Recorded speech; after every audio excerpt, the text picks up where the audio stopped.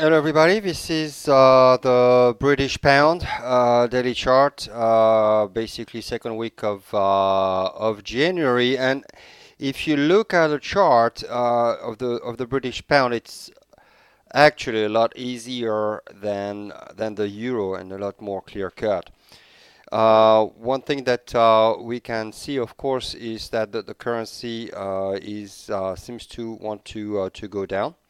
Let's look maybe a little bit on the way here. So following into that, when we go a bit closer, there is a little bit of a configuration head and shoulder that is forming here. Let me do it for you. That's not that. Okay, this is delete. Okay, this one here. So if we look at this line here, that would be a little bit of a head and shoulder here.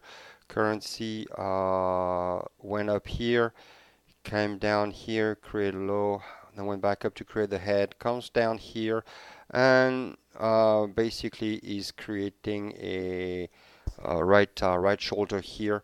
Neckline will be about here, so looking at 151.70.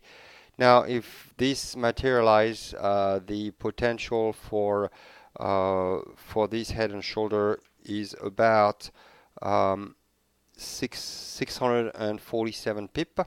So if we go back down, it would go quite low and basically take down this low here.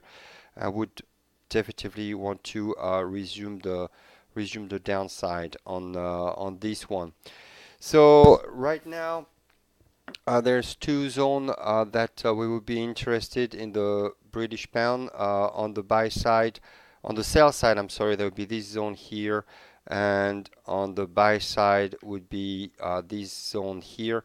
Breaking that level here, which is quite a strong level of resistance.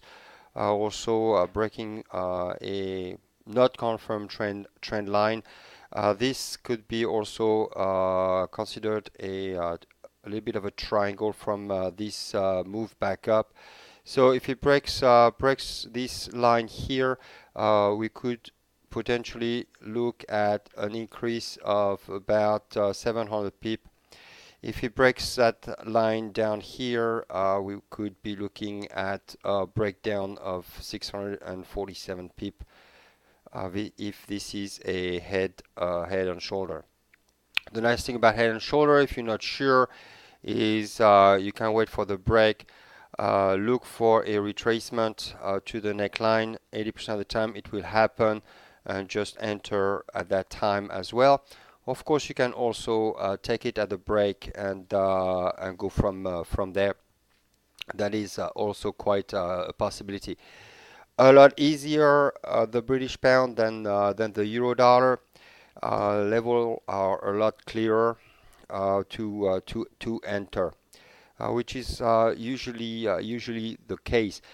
One thing interesting is that again the British pound and the euro are sort of following suit. So if there's a break here, we can see that the euro is going to go down as well.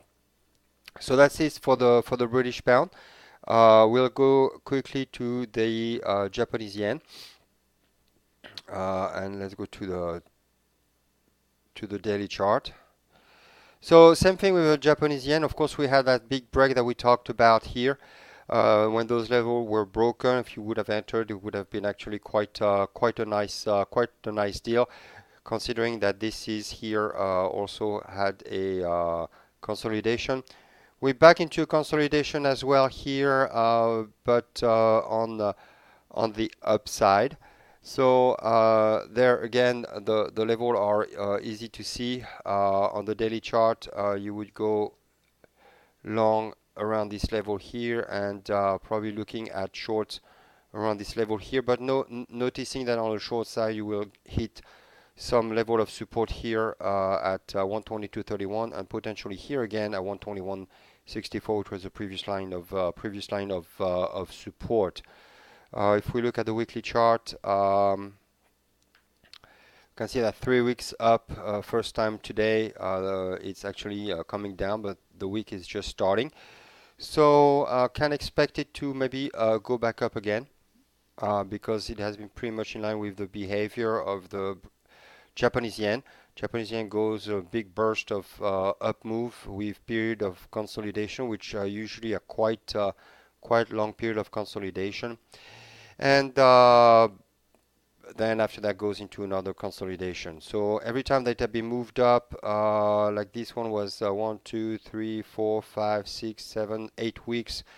This one 1, 2, 3, 4, 5, 6, 7 consolidation, then 1, 2, 3, 4, 5, 6 week up.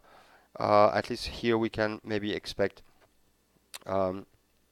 something close to that, maybe 4 or 5 weeks up. We have second, well, 3 weeks now, maybe next week or 2 weeks, we may see that going up as well. So something to look at, a bit easier as far as the levels are concerned for the Japanese yen. So that's it for the Japanese yen and the British pound. If you have any questions, please let me know.